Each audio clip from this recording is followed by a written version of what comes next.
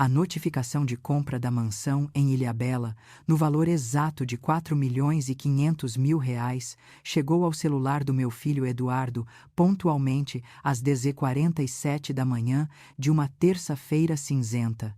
Ao meio-dia, meu telefone já vibrava sobre a mesa de mármore, como um enxame de abelhas furiosas implorando por atenção. E no final da tarde, Dona Sônia, a viúva invisível e aposentada, havia me tornado a mulher mais comentada, criticada e secretamente invejada de toda a família. E tudo o que precisei fazer para conseguir essa atenção foi destruir completamente as expectativas financeiras que eles tinham sobre a minha morte. Antes de continuar, eu te peço uma coisa simples. Se esta história tocar o seu coração em algum momento, inscreva-se no canal. Aqui nenhuma dor é contada em vão. Deixe-me pintar o cenário para você entender como chegamos a esse ponto de ruptura. 3 dias antes dessa compra extravagante, foi dia 15 de março, meu aniversário de 64 anos. A mesma data que carrego na certidão de nascimento há mais de 6 décadas. Mas segundo meu único filho, Eduardo, e sua adorada esposa Camila, a data passou batida novamente este ano. Que coincidência curiosa, não é? Especialmente porque caiu justamente durante o feriado prolongado que eles planejaram passar em Campos do Jordão com a mãe de Camila, a dona Vera Lúcia. Vera Lúcia. A mulher que convenientemente sempre tem uma crise de labirintite ou uma visão espiritual urgente exatamente nas datas que são importantes para mim. Dessa vez, Camila disse que a mãe teve um pressentimento ruim e precisava de ar puro da montanha para se curar. Eu não sou tola. Eu decifrei essa dança macabra há cerca de 5 anos. Eu sou a mãe que paga as contas, mas Vera Lúcia é a mãe que recebe os mimos. Mas este ano, em vez de aplicar minha rotina habitual de indiretas sutis, de preparar um almoço que ninguém vem comer ou de chorar escondida no banheiro, abraçada ao porta-retrato do meu falecido marido, decidi tentar algo radicalmente diferente. Eu escolhi o silêncio. Um silêncio absoluto, frio e perigoso. Não mencionei meu aniversário nem uma única vez. Não mandei aqueles emojis de bolo no grupo da família. Não cobrei presença. Apenas sorri e acenei para o carro blindado deles, que eu ajudei a pagar enquanto eles saíam da garagem do meu prédio em São Paulo, levando as malas de grife e a indiferença no banco de trás.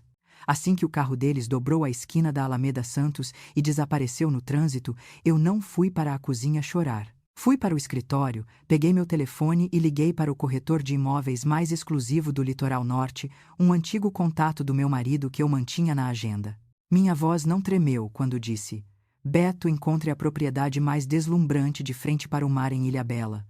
Aquela que tem vista infinita. O preço não importa. Eu quero comprar, hoje. Ele pensou que eu estava brincando ou talvez delirando pela idade. Mas 4 horas depois, quando o helicóptero que aluguei pousou no heliponto privativo de uma vila contemporânea de vidro e concreto suspensa sobre as rochas e o Oceano Atlântico, ele percebeu que a dona Sônia, que ele conhecia, havia morrido. A nova Sônia não pedia permissão. O lugar tinha tudo o que uma vida de sacrifícios me negou. Janelas do chão ao teto que deixavam a luz entrar sem pedir licença, uma cozinha gourmet que custava mais que o apartamento onde criei Eduardo e uma suíte principal com uma banheira. De imersão, onde o mar parecia ser uma extensão do meu quarto. São R$ 4.500.000. Dona Sônia, disse Beto com cautela, segurando a prancheta como se fosse um escudo, esperando que eu recuasse, que eu dissesse que precisava falar com meu filho. Eu olhei para o horizonte. O mar estava calmo, indiferente aos dramas humanos. Eu fico com ela, respondi. Faça a transferência agora. À vista. Ele engasgou. A senhora não quer pensar. Talvez. Comentar com o Eduardo. Quase soltei uma gargalhada, mas seria uma risada sem alegria. Quando foi a última vez que minha família comentou algo comigo? Beto, tenho 64 anos e passei a maior parte deles pensando nos outros. Hoje estou pensando em mim. Isso foi na segunda-feira. Na terça de manhã, a escritura já estava sendo processada, e foi aí que o telefone começou a tocar. O primeiro foi Eduardo Claro. O identificador chamou o nome Filho às 10h50, e 2 apenas 5 minutos depois que o alerta de movimentação bancária deve ter explodido na tela dele. Veja bem, Eduardo monitora minhas finanças desde que o pai morreu há 5 anos. Não oficialmente, é claro. Ele não tem uma procuração legal ainda, mas ele se colocou como cotitular da minha conta corrente para emergências e ativou todos os alertas de segurança no celular dele. Era a maneira dele de vigiar a mamãe, garantindo que a viúva solitária não tomasse nenhuma decisão insensata com o patrimônio que ele, em sua mente gananciosa, já considerava dele. Deixei tocar até cair na caixa postal. A segunda chamada foi de Camila às 11h15. Depois a própria Vera Lúcia, a mulher que estava à beira da morte em Campos do Jordão, me ligou às 11h43, provavelmente milagrosamente curada pelo cheiro do dinheiro queimando. Depois Eduardo de novo, e de novo. Às 2 da tarde eu tinha 27 chamadas perdidas e uma coleção de mensagens de texto que variavam de preocupação fingida a pânico mal disfarçado. Minha favorita veio de Camila, Dona Sônia. O Eduardo recebeu um alerta de fraude no banco. Um valor absurdo. Estamos voltando correndo. Por favor, não atenda o telefone para estranhos, é um golpe. A senhora deve ter clicado em algum link errado. Um golpe. Eles achavam que eu era incapaz de gastar 4 milhões. Achavam que só um bandido poderia tirar esse dinheiro da conta, nunca a própria dona. Sorri, tomei um gole do champanhe que o corretor havia deixado de cortesia e respondi apenas: não é golpe, querida. É presente de aniversário atrasado. Para mim mesma. O silêncio digital que se seguiu durou exatos 3 minutos. Depois o telefone explodiu de vez. Mas o que eles não sabiam, o que nenhum deles sequer suspeitava enquanto dirigiam em alta velocidade, descendo a serra de volta para São Paulo, era que aquela casa não havia sido comprada com o dinheiro do seguro de vida do meu marido. Aquele dinheiro, o sagrado dinheiro que Eduardo vigiava como um falcão, mal cobria minhas despesas médicas e o condomínio. O que eles não sabiam é que 6 meses atrás eu enterrei uma pessoa que eles desprezavam, tia Odete. A louca dos gatos que vivia numa fazenda caindo aos pedaços no interior de Minas Gerais, a tia que Eduardo se recusou a visitar no hospital porque o cheiro de mofo daquela velha é insuportável. A tia que Camila zombava nos jantares de Natal, chamando-a de a vergonha da família. O que eles não sabiam é que tia Odete não era louca. Ela era dona de metade das terras produtivas de café daquela região. E como eu fui a única pessoa da família que segurou a mão dela enquanto ela dava o último suspiro, a única que levou flores para o túmulo sem esperar nada em troca. Ela me deixou tudo. 12 milhões de reais. Líquidos. Livres de impostos. Esse dinheiro estava numa conta separada num banco que Eduardo não monitorava. Uma conta que abri secretamente seguindo o conselho final da tia Odete: Sônia, minha querida, dinheiro na mão de filho ingrato é veneno. Guarde o segredo, use para comprar sua liberdade. E ali estava eu na minha liberdade de vidro e concreto, vendo o sol se pôr. Mas a paz durou pouco. Eu sabia que eles estavam chegando. O GPS do carro de Eduardo, que eu também tinha acesso ironias da vida moderna, mostrava que eles estavam a menos de 20 quilômetros da minha nova casa. Eles não vinham para celebrar, eles vinham para me interditar. Vinham para dizer que eu estava louca, que eu precisava de remédios, que eu não podia morar sozinha numa casa daquelas. Mas pela primeira vez na vida, eu não estava com medo da bronca do meu filho. Eu estava esperando por ela, porque na gaveta daquela cozinha luxuosa, ao lado das chaves da mansão, havia um dossiê que eu vinha montando há semanas. Um dossiê que explicava exatamente por que meu filho estava tão desesperado pelo meu dinheiro. E não era por amor. A campainha tocou. Eram eles. O show estava prestes a começar. A campainha não tocou apenas uma vez. Ela foi pressionada com uma urgência agressiva contínua, como se a casa estivesse em chamas e eles fossem os bombeiros desesperados para apagar o fogo.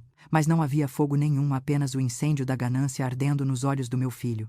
Respirei fundo, alisei a saia do meu vestido e, com uma calma que eu não sabia que possuía, caminhei até a porta maciça de madeira de demolição. Quando girei a chave, a porta foi praticamente empurrada contra mim. Eduardo entrou como um furacão com o rosto vermelho suado, as veias do pescoço saltadas. Atrás dele, Camila, minha nora, arrastava uma mala de mão da Louis Vuitton falsa. Eu sabia porque eu mesma já tinha visto a fatura do cartão dela numa loja de réplicas no centro e olhava ao redor com uma mistura perturbadora de fascínio e repulsa. Eles não me abraçaram, não perguntaram como a senhora está. A primeira frase que saiu da boca do meu filho, ecoando pelo pé direito duplo da sala, foi uma acusação. Mãe, você perdeu completamente o juízo. Onde está o corretor? Nós precisamos desfazer essa loucura agora, antes que processem a transação. Ele tentou passar por mim invadindo a minha sala procurando com os olhos algum sinal de um vendedor ou de um contrato que pudesse rasgar. Camila, por sua vez, largou a mala no chão de mármore travertino com um baque seco e cruzou os braços me analisando de cima a baixo como se eu fosse uma criança que tivesse acabado de pintar as paredes com batom. Eduardo, calma, ela disse com aquela voz mansa e venenosa que ela reserva para quando quer manipular alguém. Sua mãe claramente não está bem. Olha para isso. Olha para esse lugar. É um delírio de grandeza. Dona Sônia, a senhora tomou os remédios de pressão hoje ou confundiu as pílulas de novo? Ali estava. A primeira cartada. A carta da senilidade. Eles não podiam aceitar que eu tivesse vontade própria, então precisavam acreditar que eu estava doente. Era mais confortável para a consciência deles e mais conveniente para os planos deles.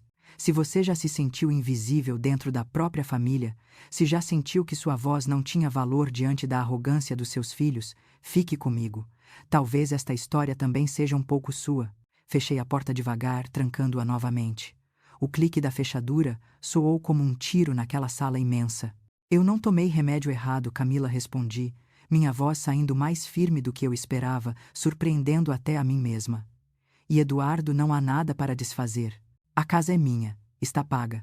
O dinheiro saiu da conta e a escritura já está no meu nome. Eduardo parou no meio da sala. Ele se virou para mim e eu vi o pânico real nos olhos dele. Não era preocupação com a minha saúde financeira, era terror, o tipo de terror de quem vê a própria boia salva-vidas sendo furada. Paga. Como assim? Paga, mãe. Você usou o dinheiro do papai. Aquele dinheiro era para a sua velhice, era para emergências médicas. Você tem noção de que acabou de queimar a nossa segurança? A nossa segurança, perguntei dando um passo à frente. Desde quando o dinheiro que seu pai deixou para mim, fruto de 40 anos de trabalho dele, é a nossa segurança? Você tem 40 anos, Eduardo. Você é diretor financeiro de uma empresa. Você deveria ter a sua própria segurança. Camila soltou uma risada nervosa caminhando até a janela panorâmica e tocando o vidro com as unhas compridas e decoradas. Dona Sônia, sejamos realistas. O Eduardo cuida da senhora. Ele administra tudo. Se a senhora gasta tudo agora numa casa de praia ridícula, dessas que aliás vai custar uma fortuna de manutenção, quem vai pagar o plano de saúde quando a senhora ficar de cama? Nós? Porque a gente não tem condições de bancar luxos? Luxos, repeti a palavra, sentindo o gosto amargo dela na boca. Camila, você está segurando uma bolsa que custou o equivalente a 3 meses de condomínio do meu antigo prédio. Vocês trocam de carro todo ano. Vocês viajaram para a Europa 2 vezes no ano passado. E você vem me falar que eu, comprando uma casa para viver meus últimos anos com dignidade, estou cometendo um luxo. O clima pesou. Eduardo passou as mãos pelos cabelos, um gesto que ele herdou do pai quando estava encurralado. Mãe, não mude de assunto. Você não entende de finanças. Você nunca entendeu. O papai sempre disse que você era emotiva demais com dinheiro. 4,5 milhões? Isso é insanidade. Eu exijo ver o contrato. Eu exijo ver o extrato bancário agora. Ele sacou o celular do bolso e começou a tentar acessar o aplicativo do banco, aquele que ele tinha a senha.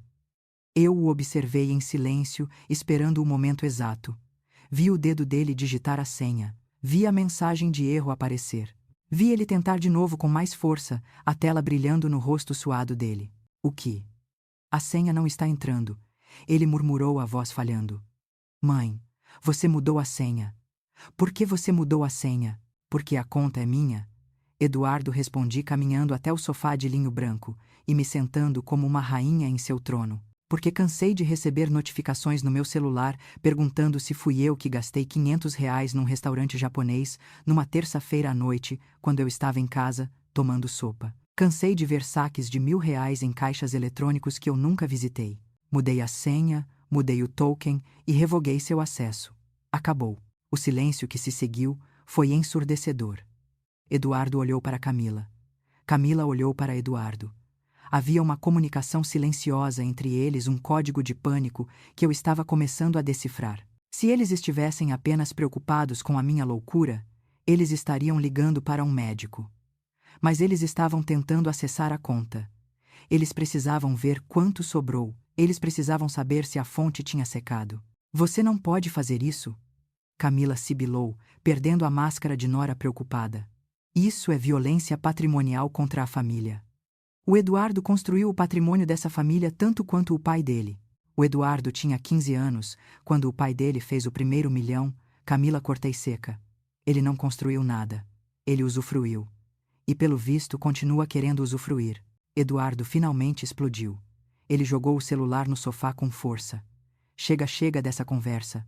Mãe, você claramente não está em suas faculdades mentais plenas. Comprar uma casa escondida, mudar senhas, fugir para o litoral. Isso é sintoma clássico de demência. Amanhã mesmo eu vou trazer o Dr. Fernandes aqui para te avaliar. E até lá ninguém sai dessa casa. Eu vou assumir o controle dessa situação antes que você torre o que restou e nos deixe na miséria. Na miséria. Sussurrei para mim mesma. A palavra ecoou. Por que meu filho, um homem com um salário supostamente alto, tinha tanto medo da miséria, a menos que ele já estivesse nela? Olhei para os dois. Eduardo ofegante com os olhos injetados. Camila com os braços cruzados batendo o pé no chão, impacientemente olhando para os móveis de design assinado, como se calculasse quanto eles valeriam num leilão. Eles não eram minha família naquele momento. Eram estranhos. Eram parasitas que tinham acabado de perceber que o hospedeiro acordou. Vocês podem ficar, eu disse, surpreendendo-os. A tensão no ombro de Eduardo relaxou 1 milímetro. Ele achou que tinha vencido. Achou que eu tinha recuado diante da ameaça do médico. Há quartos de hóspedes na ala leste. Podem escolher um, mas esta é a minha casa. As minhas regras. E a primeira regra é ninguém toca em nada sem a minha permissão. E Eduardo? Ele me olhou, esperando uma rendição. Não se preocupe com o dinheiro do seu pai, menti plantando a isca que eu precisava. Ainda sobrou o suficiente, mas o suficiente para mim, não para sustentar as aparências de vocês. Vi os olhos de Camila brilharem quando eu disse, sobrou o suficiente. A ganância é uma coisa feia, mas previsível. Eles achavam que eu tinha gasto as economias do meu marido, eles não faziam ideia da existência da tia Odete e dos seus 12 milhões. E eu manteria assim. Deixaria que eles acreditassem que eu estava queimando a herança do pai, porque o medo de perder tudo faria com que eles cometessem erros. E eu precisava que eles errassem. Vamos para o quarto, Camila, disse Eduardo pegando a mala. Ele passou por mim sem me dar um beijo, sem pedir a bênção. Amanhã de manhã vamos resolver isso. E mãe, não pense que isso vai ficar assim. Eu sou seu filho. Eu tenho direitos. Direitos. Murmurei, enquanto eles subiam a escada de madeira flutuante, discutindo aos sussurros agressivos. Você tem o direito de ser um filho decente, Eduardo. Mas abriu mão disso há muito tempo. Fiquei sozinha na sala imensa, vendo a noite cair sobre o mar lá fora. Meu coração doía uma dor física aguda, de ver o que meu menino tinha se tornado. Mas minha mente estava afiada. Eu sabia que eles não iam dormir. Eu sabia que assim que achassem que eu estava dormindo, eles iriam começar a vasculhar. Eles procurariam documentos, senhas, qualquer coisa. Levantei-me e fui até a cozinha. Preparei um chá de camomila, mas não para beber. Coloquei 2 xícaras na bandeja e subi as escadas silenciosamente. Parei diante da porta do quarto de hóspedes onde eles estavam. Não bati. Apenas encostei o ouvido na madeira fria. O que ouvi do outro lado me fez perceber que a compra da casa não foi apenas um ato de liberdade. Foi um ato de sobrevivência. Porque o buraco em que meu filho estava metido era muito mais fundo do que uma simples dívida de cartão de crédito. E ele estava disposto a me empurrar para dentro dele para se salvar. Encostei o ouvido na madeira fria da porta, prendendo a respiração.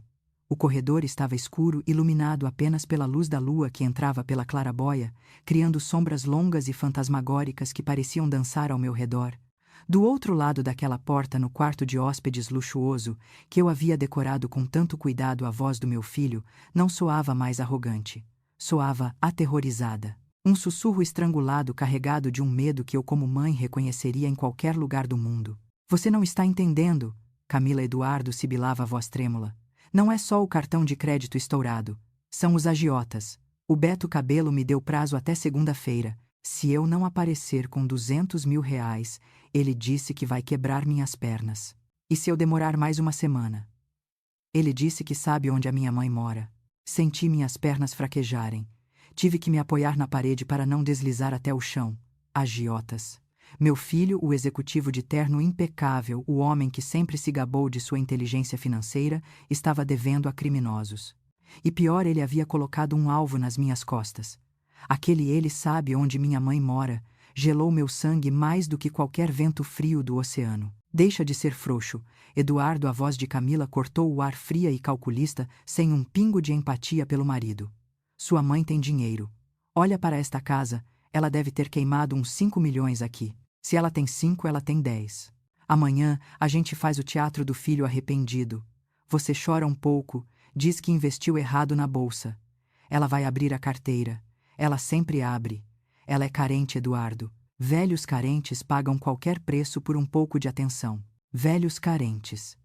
A frase me atingiu como um tapa na cara, trazendo à tona memórias que eu havia tentado enterrar, mas que agora voltavam com a força de uma maré alta. Afastei-me da porta sentindo náuseas. Voltei para o meu quarto, minha suíte master, meu santuário, e me tranquei. Mas não conseguia dormir. A imagem do meu marido Rogério veio à minha mente. Lembrei-me do dia do velório dele 5 anos atrás.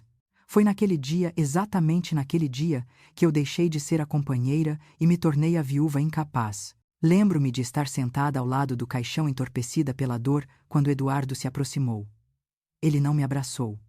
Ele não chorou comigo. Ele se abaixou, colocou a mão no meu ombro e sussurrou: "Mãe, me dá a sua carteira." Eu, atordoada, entreguei.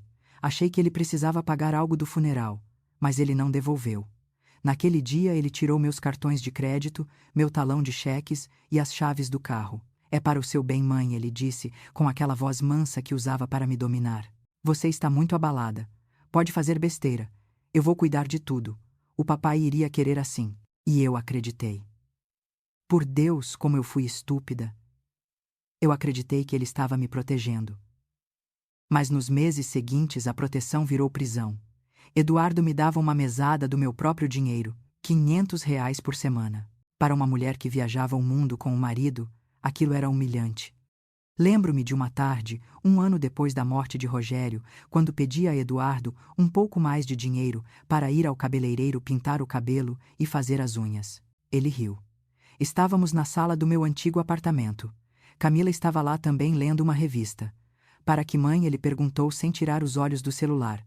"Você não vai a lugar nenhum. Pintar o cabelo para ficar em casa vendo novela é desperdício. E outra, na sua idade a vaidade é perigosa. Aceita os brancos. Fica mais." "Senhora." Camila riu junto sem levantar os olhos da revista. "É verdade, dona Sônia. E aquele cheiro de química de salão é forte demais. A senhora já tem cheiro de vó, não precisa misturar com amônia." Eu engoli o choro naquele dia. Engoli a vergonha de ter que pedir permissão para me sentir bonita. E foi essa sucessão de nãos, essa coleção de humilhações diárias disfarçadas de cuidado que me fez enxergar quem eles realmente eram. Eles não estavam cuidando de mim.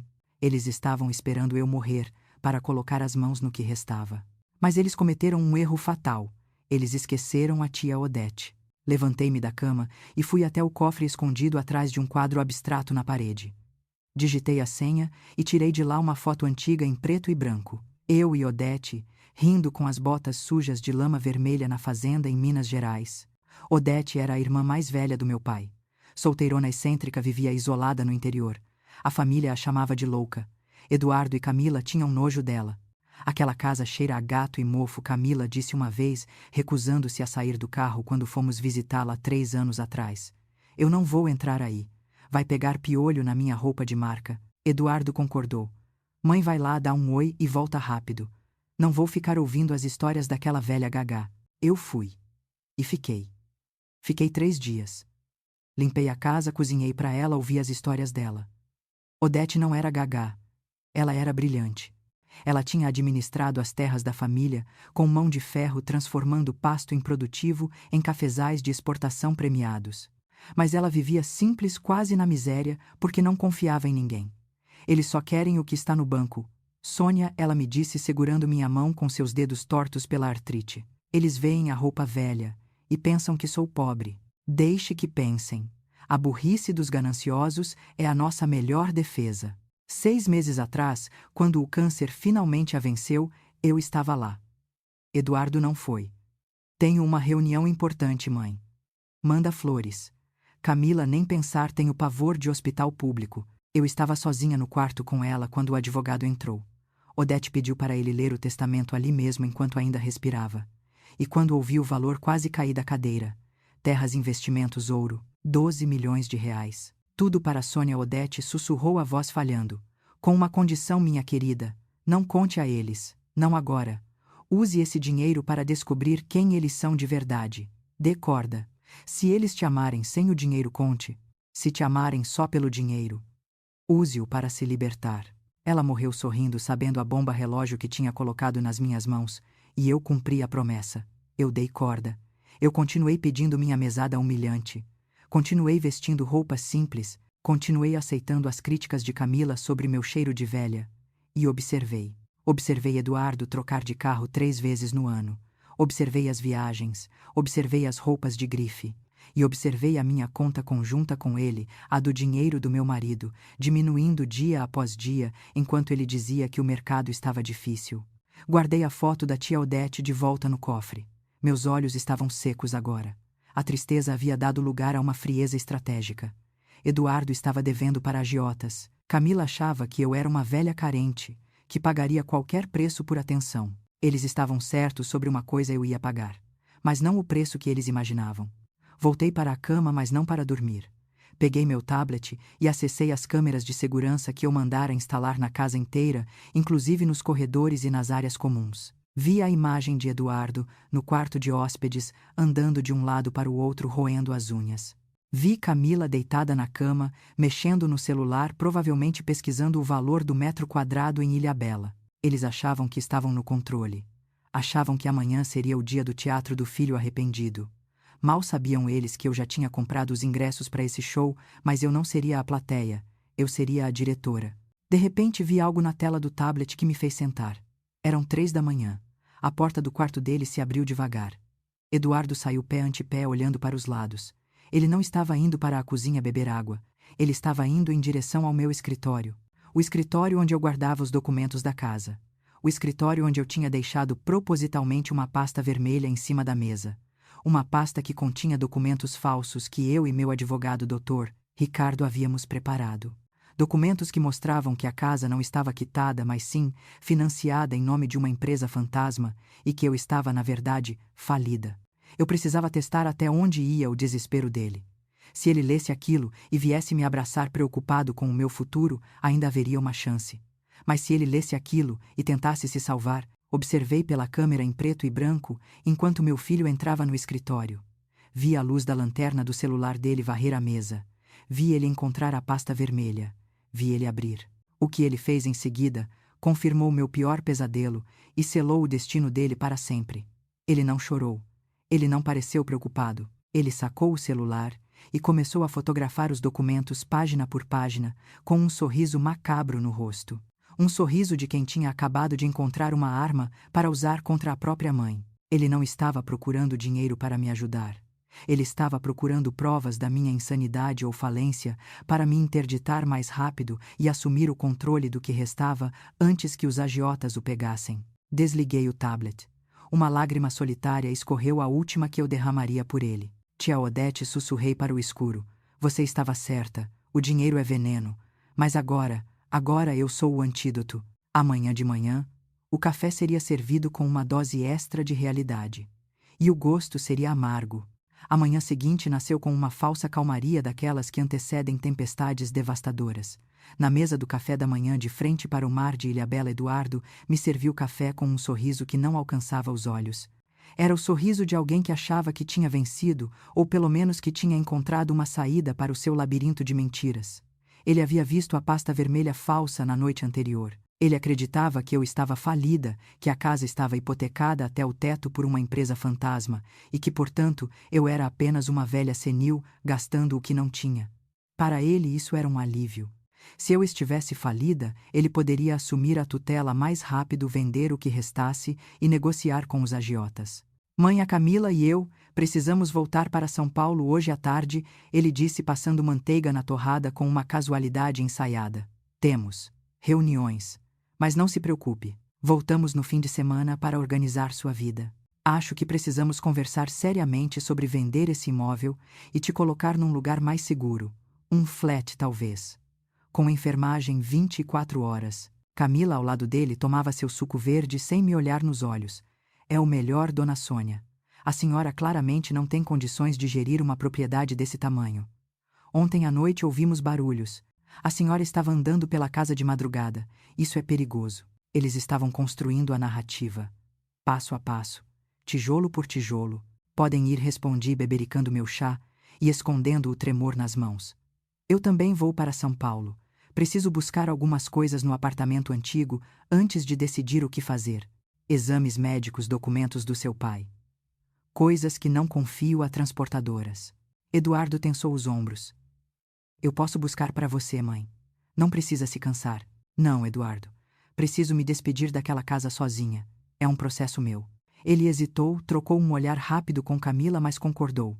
Ele achava que eu estava indo buscar papéis que comprovariam minha ruína. Mal sabia ele que eu estava indo buscar a arma que destruiria a vida dele. Chegamos a São Paulo em carros separados. Assim que entrei no meu antigo apartamento nos Jardins, o cheiro de fechado e de memórias estagnadas me atingiu. Aquele lugar onde criei meu filho e amei meu marido agora parecia um mausoléu. Mas eu não estava ali para chorar pelo passado. Eu estava ali para desenterrar a verdade. Fui direto para o escritório de Rogério, meu falecido marido. Eduardo sempre evitou aquele cômodo. Dizia que lhe trazia más recordações, que sentia a presença do pai julgando-o. Eu sempre achei que fosse luto.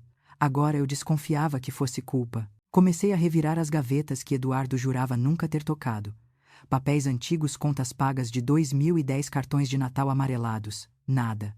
Mas meu marido Rogério tinha um hábito. Ele era um homem de segredos, e o maior deles era um fundo falso na última gaveta da estante de carvalho, onde ele guardava charutos escondidos de mim. Puxei a gaveta. O fundo falso estava lá, mas os charutos haviam sumido. No lugar deles, havia uma pilha de envelopes pardos amassados, como se tivessem sido escondidos às pressas. Meu coração começou a bater num ritmo doloroso, ecoando nos meus ouvidos. Minhas mãos suavam frio quando peguei o primeiro envelope. Não era do meu marido. A data no carimbo era de 2 anos atrás. Abri. O que vi me fez cair sentada na poltrona de couro velha e gasta. Era um contrato de empréstimo bancário. Um empréstimo de R$ 300.000 com o meu apartamento antigo, este onde eu estava dado como garantia. Meus olhos correram para o final da página procurando a assinatura. E lá estava ela, Sônia Maria de Albuquerque. A minha assinatura. A curvatura do S, o corte firme no T, a inclinação levemente para a direita. Era perfeita. Tão perfeita que, se eu não soubesse a verdade, eu mesma diria que assinei. Mas havia um detalhe. Um detalhe crucial, minúsculo, que um falsificador, por mais talentoso que fosse, ou por mais íntimo que fosse da vítima, jamais poderia prever. A data ao lado da assinatura, 12 de fevereiro de 2023. Nesse dia eu não estava em São Paulo. Eu não estava em nenhum banco. Nesse dia, eu estava internada na UTI do Hospital Sírio-Libanês, inconsciente após uma reação alérgica grave a um medicamento. Eduardo não estava lá segurando minha mão naquele dia. Ele disse que estava preso no trânsito. Agora eu sabia onde ele estava. Ele estava num cartório ou num banco, falsificando a assinatura da própria mãe, que lutava pela vida numa cama de hospital para hipotecar o único teto que ela tinha. Senti uma ânsia de vômito violenta. Corri para o banheiro e lavei o rosto com água gelada, tentando tirar a sensação de sujeira da minha pele. Meu filho não era apenas ganancioso. Ele era um criminoso. Falsidade ideológica. Estelionato. Contra a própria mãe. Mas o buraco era mais fundo. Voltei para a gaveta e peguei os outros envelopes. Eram faturas de cartão de crédito. Cartões que eu nem sabia que existiam emitidos em meu nome. As despesas eram uma afronta a tudo o que eu pregava sobre austeridade. Boate Love Story, R. 5.000. Cassino Punta del Este, R. 12.000.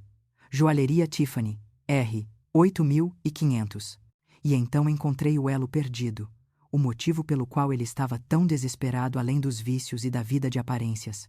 Havia comprovantes de transferências bancárias mensais, transferências diretas da conta secreta dele para uma conta em nome de Vera Lúcia da Silva, a mãe de Camila, a mulher que vivia doente. Os valores eram astronômicos: R$ 10.000, R$ 15.000. Em um mês havia uma transferência de R$ 50.000 com a observação no canhoto: cirurgia espiritual urgente. Cirurgia espiritual. Vera Lúcia não estava doente. Ela estava extorquindo meu filho. Ou pior, eles eram sócios. Camila e a mãe criaram um esquema perfeito para drenar cada centavo que Eduardo conseguia roubar de mim. A mãe doente precisava de dinheiro, o filho apaixonado e culpado roubava da mãe viúva para salvar a sogra, e Camila posava de esposa dedicada no meio do fogo cruzado. Meu Deus, Eduardo! Sussurrei para o escritório vazio, sentindo as lágrimas quentes escorrerem. Você não é apenas um lobo. Você é um cordeiro estúpido sendo devorado por lobas e está me oferecendo como o prato principal. Juntei tudo. Coloquei cada papel, cada extrato, cada prova da traição do meu filho dentro da minha bolsa. Eu não sentia mais pena. A pena havia morrido no momento em que vi minha assinatura falsificada na data da minha quase morte. O que eu sentia agora era uma fúria fria cirúrgica. Saí do apartamento sem olhar para trás. Tranquei a porta com a chave, sabendo que nunca mais olharia para aquele lugar da mesma forma. Enquanto descia o elevador, peguei meu celular e liguei para o Dr. Ricardo. Ricardo, minha voz estava rouca, mas inquebrável. Eu tenho as provas. Ele falsificou minha assinatura. Ele hipotecou o apartamento e ele está financiando a quadrilha da sogra. Ouvi o suspiro pesado do advogado do outro lado. Sônia, você tem certeza de que quer seguir por esse caminho? Se usarmos isso, Eduardo vai sair algemado. É um caminho sem volta. Fechei os olhos, lembrando do sorriso cínico de Camila, da arrogância de Eduardo ao me mandar para um flat com enfermagem e da voz aterrorizada dele falando sobre agiotas. Se eu não o parasse agora, os agiotas o parariam. Ou ele me mataria de desgosto ou de verdade para cobrir o rombo. Prepare a papelada. Ricardo, ordenei, saindo para a luz do sol da tarde de São Paulo, que parecia brilhar apenas para os justos. Mas não vamos à polícia ainda. Primeiro vamos dar uma festa. Uma festa, Sônia. Sim. A festa de inauguração da minha casa em Ilhabela. Quero que você contrate um buffet. O melhor. Convide todos os amigos da alta sociedade que a Camila tanto idolatra. Convide os sócios da empresa do Eduardo. Convide a Vera Lúcia. Diga que é uma celebração de família. Sônia, o que você está planejando? Entrei no meu carro, coloquei os documentos no banco do passageiro e olhei para eles como se fossem uma bomba relógio que eu acabara de aprender a detonar. Vou dar a eles o palco que tanto querem, Ricardo. Eles acham que eu sou a velha senil que vai assinar a interdição na frente de todos. Eles vão ter uma surpresa. A Vera Lúcia gosta de teatro, pois eu vou dar a ela o último ato da vida dela. Desliguei o telefone e arranquei com o carro. O motor rugiu respondendo à minha raiva. Eu estava voltando para Ilhabela, mas não voltava como vítima. Voltava como o carrasco. Eles queriam meu dinheiro, eles teriam. Mas cada nota viria manchada com a vergonha pública que eles jamais esqueceriam. A viagem de volta para Ilhabela foi silenciosa, mas minha mente gritava. O dossiê com as provas da traição do meu filho queimava no banco do passageiro ao meu lado, uma presença física e acusatória. Eu sabia o que tinha que fazer a seguir. Mas meu coração de mãe ainda sangrava a cada quilômetro percorrido. Eduardo não era apenas um filho ingrato. Ele era um criminoso que havia vendido a própria mãe para alimentar os caprichos de uma esposa fútil e de uma sogra parasita. Cheguei à mansão, já passava das 9 da noite. A casa estava mergulhada na escuridão, exceto pelas luzes de segurança externas que iluminavam o jardim tropical e a piscina infinita. Entrei sozinha, sentindo o peso daquela imensidão vazia. Mas eu não estava lá para descansar. Liguei imediatamente para o Dr. Ricardo. Ricardo, preciso que você contrate o melhor detetive particular que conhecer. Dinheiro não é problema. Quero saber tudo sobre a Vera Lúcia. Onde nasceu, com quem anda, de onde vem, o dinheiro dela, se ela realmente tem labirintite ou qualquer outra doença. Quero saber até a marca do papel higiênico que ela usa. Sônia, a voz dele, soou cautelosa. Você tem certeza de que quer mexer nesse vespeiro? Pessoas como ela podem ser perigosas. Eu sou perigosa, Ricardo. Eles é que não sabem disso ainda. 3 dias depois, o relatório chegou. E era muito pior do que eu imaginava. O detetive, um homem chamado Guerra, com cara de quem já viu o pior da humanidade e não se impressiona com mais nada, me entregou um envelope pardo grosso numa cafeteria discreta em São Sebastião. Ele pediu um café preto sem açúcar e foi direto ao ponto. Dona Sônia, a senhora está lidando com uma profissional. Vera Lúcia da Silva não é uma senhora doente. O nome verdadeiro dela é Maria das Graças Oliveira. Ela tem 3 identidades diferentes CPFs, cancelados em 2 estados e uma ficha criminal que faria inveja a muito bandido de carreira. Meu sangue gelou, ficha criminal, estelionato, formação de quadrilha, falsidade ideológica. Ela já foi presa 2 vezes no interior do Paraná por aplicar o golpe do bilhete premiado em idosos. Saiu por falta de provas contundentes e bom comportamento. Mas o padrão é sempre o mesmo. Ela se aproxima de famílias ricas geralmente através da filha Camila, que aliás é filha biológica dela, mas o pai é desconhecido, se faz de doente, de vítima de necessitada e suga tudo o que pode. Às vezes, ouvir até o fim é o primeiro passo para não se calar mais. Continue comigo. Abri o envelope e comecei a folhear as fotos. Havia imagens de Vera Lúcia ou Maria das Graças saindo de um cassino clandestino na Muca, em São Paulo, às 4 da manhã, rindo e fumando sem nenhum sinal de labirintite ou tontura. Havia fotos dela num shopping de luxo, comprando joias com maços de dinheiro vivo que ela tirava da bolsa como se fossem lenços de papel. E havia uma foto que me fez prender a respiração, Vera Lúcia, jantando com um homem que eu conhecia. Era o gerente do banco onde Eduardo trabalhava. O mesmo gerente que supostamente aprovava os empréstimos fraudulentos em meu nome. Eles estavam brindando com champanhe íntimos cúmplices. Ela tem contatos, dona Sônia. Guerra continuou, sua voz baixa e rouca. Ela seduz, corrompe ou chantageia quem precisa para conseguir o que quer. Seu filho não é a primeira vítima. Ele é apenas a baleia da vez, o alvo gordo. E a Camila, perguntei, sentindo um gosto metálico na boca. A filha é a isca.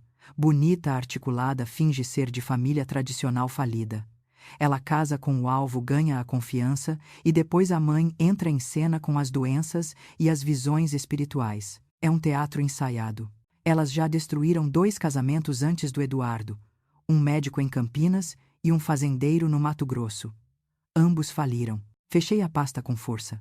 A raiva que eu sentia agora era fria, calculada. Não era mais a raiva de uma mãe traída. Era a raiva de uma mulher que estava vendo sua família ser devorada por hienas. Eduardo era culpado, sim.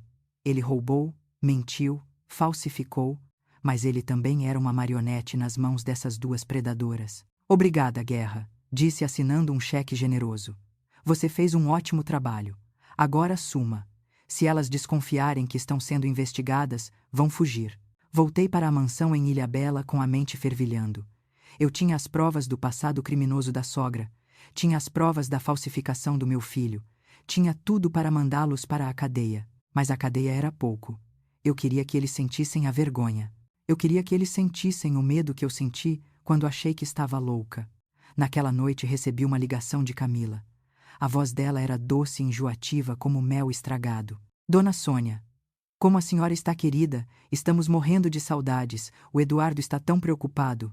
Ele mal dorme pensando na senhora sozinha nessa casa enorme. A gente estava pensando. Por que a senhora não assina logo aquela procuração para ele cuidar das contas da casa nova? Sabe como é IPTU, jardineiro, piscina? É muita coisa para sua cabeça, muita coisa para minha cabeça. Repeti olhando para o mar escuro lá fora. Você tem razão, Camila. É muita coisa. Talvez eu precise mesmo de ajuda. Senti a excitação na voz dela do outro lado da linha. Sério, dona Sônia, que alívio. Olha, a gente pode ir aí amanhã mesmo. Levamos os papéis, a senhora assina rapidinho e a gente já resolve tudo. A minha mãe também quer e ela teve um sonho com a senhora, disse que precisa te dar um passe espiritual para limpar a energia da casa nova. Um passe espiritual. A audácia daquela mulher não tinha limites. Ela queria entrar na minha casa para limpar a energia enquanto planejava limpar a minha conta bancária. Venham, eu disse, com a voz fraca trêmula, interpretando o papel da velha confusa que eles tanto queriam que eu fosse. Venham amanhã. Estou me sentindo tão perdida. Acho que vi vultos na casa ontem à noite. Estou com medo. Vultos? Camila perguntou, a voz vibrando de alegria contida. Ai, meu Deus! Isso é sinal de encosto, dona Sônia. Minha mãe estava certa. A gente vai aí amanhã sem falta. Não se preocupe, a gente vai cuidar de tudo. Desliguei o telefone e sorri para o reflexo no vidro da janela. Venham, sussurrei. Venham para a Cova dos Leões. Passei a noite preparando o cenário. Escondi as provas reais, o dossiê do detetive, os extratos bancários, a carta da tia Odete, no fundo falso do meu closet, atrás de uma parede de sapatos velhos que eu trouxe de propósito. Deixei à vista, em cima da mesa de centro da sala, frascos de remédios, tarja preta vazios, que consegui com uma amiga farmacêutica, anotações desconexas em papéis espalhados. Quem sou eu? Onde está o Rogério? Eles querem me pegar e a cereja do Ford.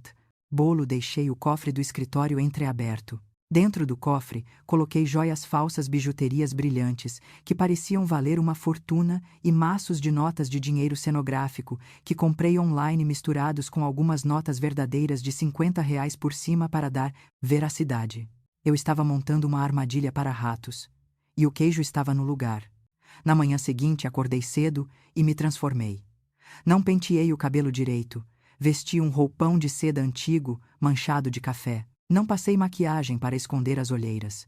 Pelo contrário, acentuei-as com um pouco de sombra roxa. Eu precisava parecer a mulher que eles descreviam para os médicos, decadente, confusa, vulnerável. Às 10 da manhã, o carro de Eduardo estacionou na entrada. Eles desceram como um exército invasor. Eduardo de óculos escuros para esconder a ressaca moral ou alcoólica. Camila de vestido branco espiritual segurando um terço enorme. E Vera Lúcia. Ah, Vera Lúcia.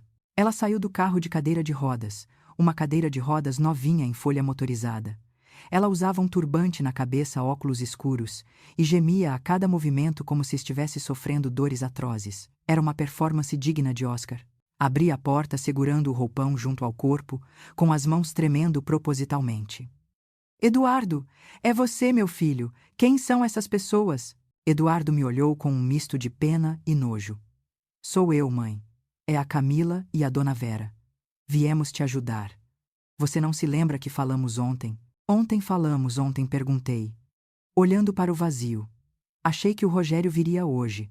Camila deu uma cotovelada discreta em Eduardo. Tá vendo?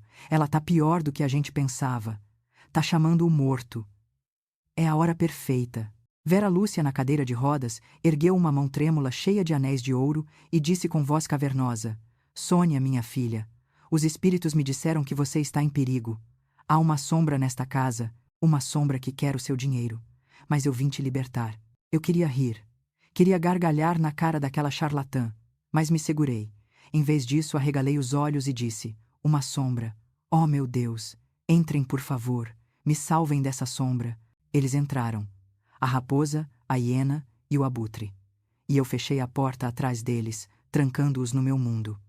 O jogo havia começado. E dessa vez as cartas estavam marcadas por mim. Eles entraram na minha casa como uma doença entra, no corpo, silenciosa no início, mas devastadora quando se instala. Vera Lúcia, ou Maria das Graças, como eu agora sabia que ela se chamava nos arquivos da polícia, conduziu sua cadeira de rodas motorizada pelo hall de entrada, com a arrogância de uma imperatriz conquistando um novo território. O zumbido do motor elétrico da cadeira ecoava no mármore, um som irritante que parecia arranhar meus nervos. Ela girava a cabeça coberta pelo turbante para todos os lados, não procurando encostos ou sombras, como dizia, mas avaliando o valor venal de cada quadro, de cada vaso, de cada centímetro daquele luxo que ela jamais teria por mérito próprio. Sente isso, Camila. Ela sussurrou alto o suficiente para eu ouvir enquanto fingia ter um espasmo mediúnico. A energia aqui é pesada. Muito pesada. O dinheiro. O dinheiro atrai espíritos obsessores.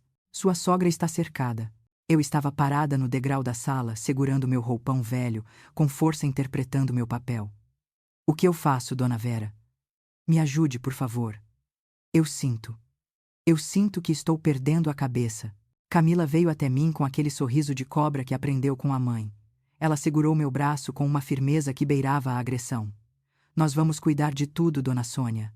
A mãe vai fazer uma limpeza, mas primeiro a senhora precisa tomar seu remédio. O Eduardo disse que a senhora anda esquecendo.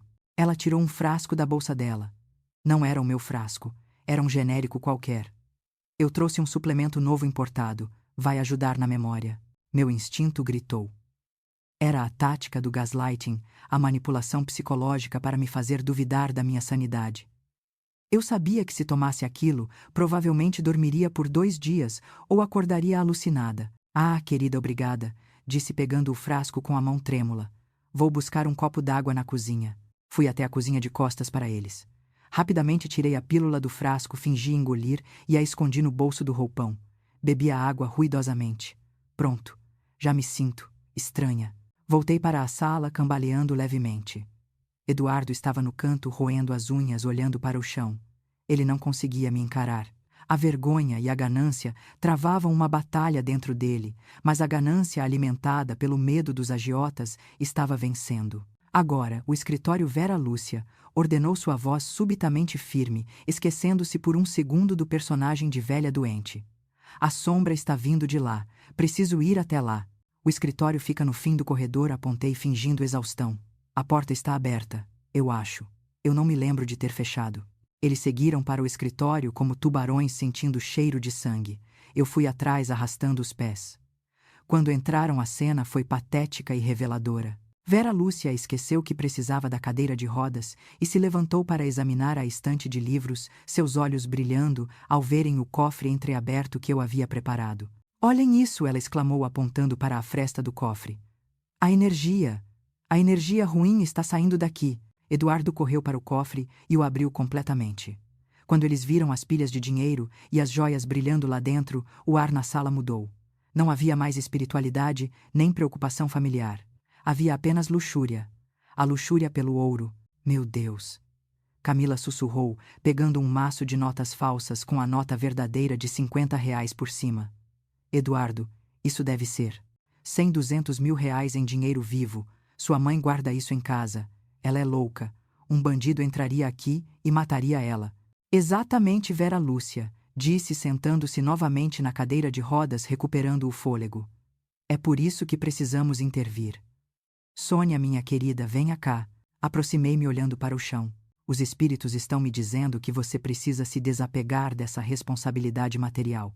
Vera continuou segurando minha mão com seus dedos gelados e cheios de anéis. Esse dinheiro, essa casa, são um peso para a sua alma. É por isso que você vê vultos. Você precisa passar esse fardo para o Eduardo. Ele é jovem, ele tem costas largas. Ele pode carregar o peso do dinheiro para você ficar em paz. Passar. O fardo, perguntei com a voz embargada. A procuração, mãe, Eduardo disse tirando uma pasta de couro da mochila dele. Ele suava frio. É só um papel. Dizendo que eu posso cuidar das contas, pagar os boletos, lidar com o banco. Assim você não precisa se preocupar com senhas, com cofres. Você só descansa. Ele colocou o documento sobre a mesa de mogno. Ao lado dele, Camila colocou uma caneta Montblanc dourada. Era uma cena de crime perfeita. A vítima dopada, ou assim, eles pensavam, os predadores cercando e a justificativa moral de proteção. Olhei para o documento. Era uma procuração de plenos poderes. Dava a Eduardo o direito de vender, comprar, movimentar contas, fazer empréstimos em meu nome. Era a minha sentença de morte civil. Eu não sei onde estão meus óculos, murmurei tateando os bolsos. Eu não consigo ler sem eles. Camila revirou os olhos impaciente. Ah, dona Sônia, a senhora deixou na sala. Eu vi. Espera aí. Ela saiu bufando. Aproveitei o momento. Olhei para Vera Lúcia e perguntei com uma inocência fingida, Dona Vera ou Rogério? Meu marido. Ele mandou algum recado. Eu sinto tanta falta dele. Vera Lúcia sorriu, um sorriso que mostrava dentes amarelados e uma alma podre. Mandou sim, filha. Ele apareceu para mim no sonho. Ele estava chorando. Disse, Vera, cuida da Sônia. Diz para ela assinar logo porque ela está correndo perigo. Diz para ela confiar no nosso filho. Senti uma onda de náusea tão violenta que quase desisti do teatro e soquei a cara dela ali mesmo. Usar o nome do meu marido morto, do homem que trabalhou a vida inteira com honestidade para justificar um roubo, aquilo era sacrilégio. Aquilo era o fim da linha. Camila voltou com os óculos. Aqui. Coloca e assina. A gente precisa ir almoçar, estou morrendo de fome. Coloquei os óculos. Peguei a caneta. Minha mão pairou sobre o papel. Eduardo prendeu a respiração. Eu podia ouvir o coração dele batendo. Camila se inclinou para a frente ávida. Vera Lúcia cruzou os dedos como se rezasse para o Deus do dinheiro fácil. Eu vou assinar, disse, e vi o alívio inundar o rosto de Eduardo. Mas estou me sentindo tão tonta. Aquele remédio. Acho que me fez mal.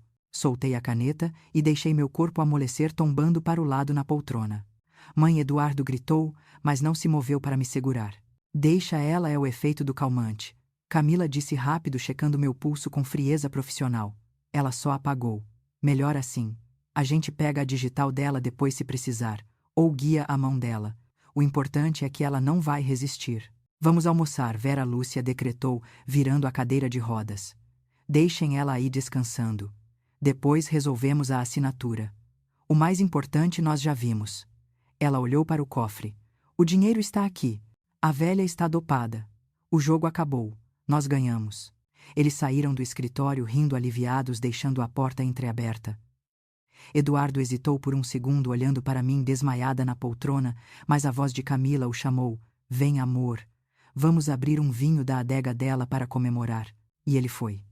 Ele me deixou ali acreditando que eu estava inconsciente por causa de uma droga que a esposa dele me deu para ir beber o meu vinho e celebrar a minha ruína. Esperei 2 minutos. Abri os olhos. Levantei-me da poltrona silenciosa como uma gata. Fui até a estante e peguei a microcâmera que estava escondida entre os livros, gravando tudo. O áudio estava cristalino, a imagem perfeita. Eu tinha a confissão, tinha a tentativa de dopagem, tinha a coação, tinha o uso fraudulento da religião, mas eu não ia parar por aí.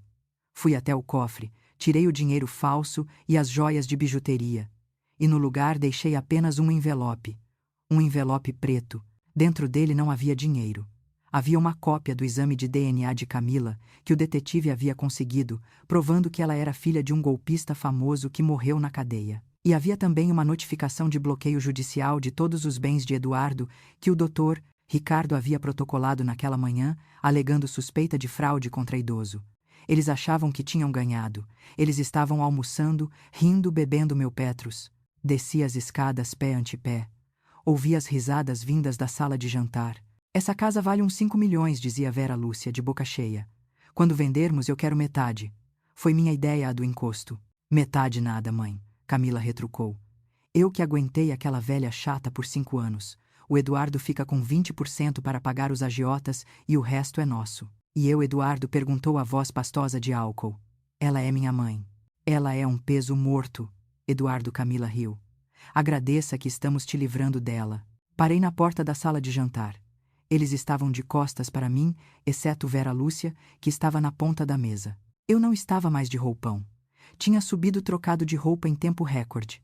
Vestia um terninho branco impecável, usava meus óculos escuros de marca e segurava uma taça de vinho que eu mesma me servi na cozinha. O peso morto acordou, eu disse minha voz, ecoando como um trovão na sala. O som de talheres caindo foi música para os meus ouvidos. Vera Lúcia engasgou com a farofa. Camila virou-se tão rápido que quase caiu da cadeira. Eduardo ficou pálido como um fantasma. E, a propósito, continuei caminhando até eles com um sorriso predador. Aquele cofre que vocês viram é cenográfico, assim como a doença da Vera, assim como o amor de vocês. Tirei o celular do bolso. E Eduardo, os agiotas ligaram. Eles disseram que o prazo acabou. Mas não se preocupe com eles. Preocupe-se com o que eu vou fazer agora. O silêncio que se seguiu à minha entrada triunfal na sala de jantar não foi de paz, mas de um terror absoluto. Era o silêncio de um predador que percebe tarde demais que entrou na jaula errada. Eu estava parada diante deles, vestida de branco, com a postura ereta de quem carrega a verdade como um escudo e a justiça como uma espada. Eduardo, meu filho, o menino que eu embalei nos braços, tremia tanto que o vinho caro em sua taça formava pequenas ondas vermelhas prestes a transbordar, assim como a minha paciência havia transbordado minutos antes. Vocês acharam mesmo que eu estava dormindo? Perguntei, minha voz baixa, mas preenchendo cada canto daquela sala luxuosa. Acharam que uma pílula genérica trocada e um teatro barato de espiritismo seriam suficientes para me derrubar. Eu construí esta vida, prestando atenção aos detalhes, Vera Lúcia. E o detalhe que vocês esqueceram é que eu sou a dona do tabuleiro. Camila foi a primeira a tentar reagir, mas foi uma reação patética de animal acuado. Ela se levantou, derrubando a cadeira para trás com um estrondo que fez Eduardo pular. Isso é cárcere privado.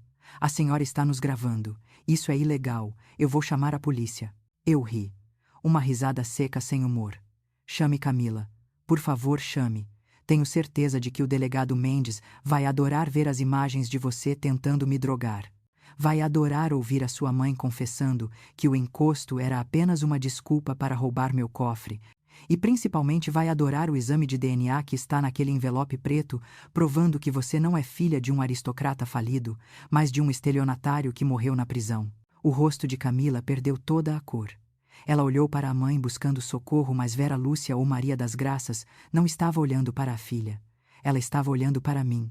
E o que eu vi nos olhos daquela mulher me fez entender por que ela era tão perigosa. Ela não estava com medo. Ela estava calculando. Vera Lúcia parou de tremer. A postura curvada de velha doente desapareceu num piscar de olhos. Ela endireitou as costas na cadeira de rodas, tirou os óculos escuros e me encarou com um olhar frio duro de quem já viu o interior de muitas celas e não tem nada a perder. Ela começou a bater palmas, lentas, irônicas. Bravo, Sônia. Bravo, disse ela a voz firme, sem nenhum traço da rouquidão de antes. Eu subestimei você. Achei que fosse apenas uma viúva rica e entediada carente de afeto. Mas vejo que você é uma jogadora. Gosto disso. Facilita as coisas. Mãe, o que você está fazendo? Camila sussurrou aterrorizada. Vamos embora. Ela sabe de tudo. Cale a boca, imbecil. Vera rosnou para a filha, sem desviar os olhos de mim. Nós não vamos a lugar nenhum. Não de mãos vazias. Senta aí, Eduardo. Pare de choramingar. Sua mãe quer jogar. Vamos jogar as cartas que temos na manga. Senti um arrepio percorrer minha espinha. Havia uma confiança naquela mulher que não condizia com a situação. Ela estava encurralada com provas de crimes graves contra ela e ainda assim sorria. O que ela tinha? Vera Lúcia enfiou a mão dentro do vestido largo e puxou um envelope. Não era um envelope novo. Era antigo, amarelado, com o logotipo da construtora do meu falecido marido Rogério. Ela o jogou sobre a mesa por cima dos pratos de comida intocada. O envelope deslizou pelo vidro e parou bem na minha frente. Você acha que sabe tudo sobre a sua família?